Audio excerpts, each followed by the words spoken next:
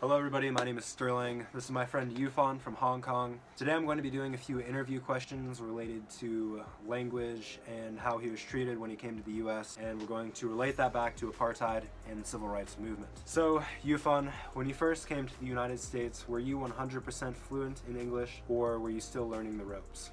I was still learning. Okay. Right, I'm still learning to speak English because English is my second language, and that's hard to me when I speak English the first time.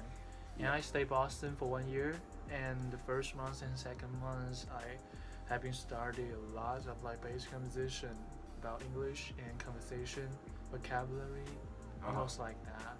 So that's hard. When you came here and you weren't 100% fluent in English, did people treat you any differently than an average fluent English speaker?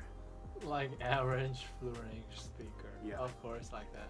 And simply exam is about when we meet each other and say, how are you? I'm fine. Like this conversation. When you were first in a classroom dealing with teachers, did they belittle your intelligence or treat you like you weren't as smart as other students that could speak English fluently? Yeah. They did? Yeah, they did. Oh, what did they do? They just did some the normal conversation with me, and they asked how was my day, how was my weekend, or how was the high school life in China. Yeah. And asked about that.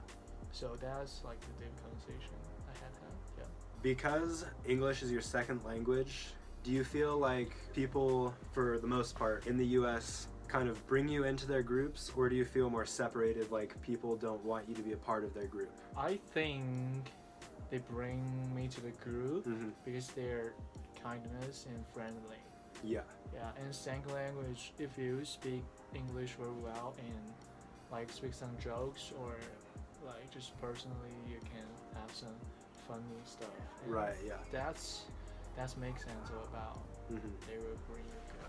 So because there are different provinces and different provinces speak differently and they have their own ways of pronouncing words, do any of the provinces, do they not like each other? Do any of them not like each other? Yeah, we have.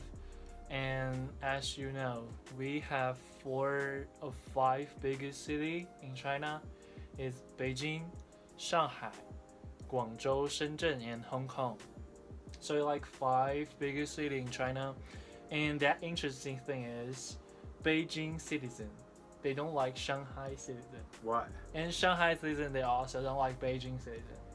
Why? Because Beijing is the capital in China, it's the biggest city in China, and it's the everything in Beijing, right?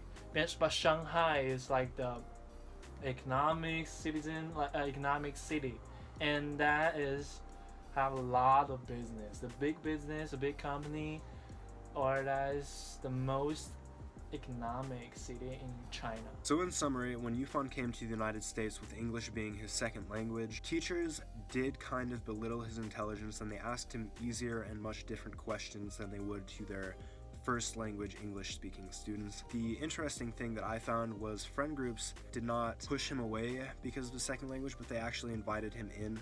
Perhaps that's because they found it more interesting to have somebody who spoke a different language.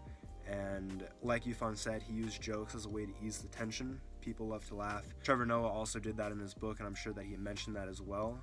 People come together when they laugh, so that's what Yufan did in order to get into different friend groups. And also, I found it extremely interesting that in China, because of the different ways that people pronounce words and the different tongues there are and dialects, they are separated, and there are rivalries between states, like Yufan said, with Shanghai and Guangzhou and Beijing and all of these different big cities not really liking each other.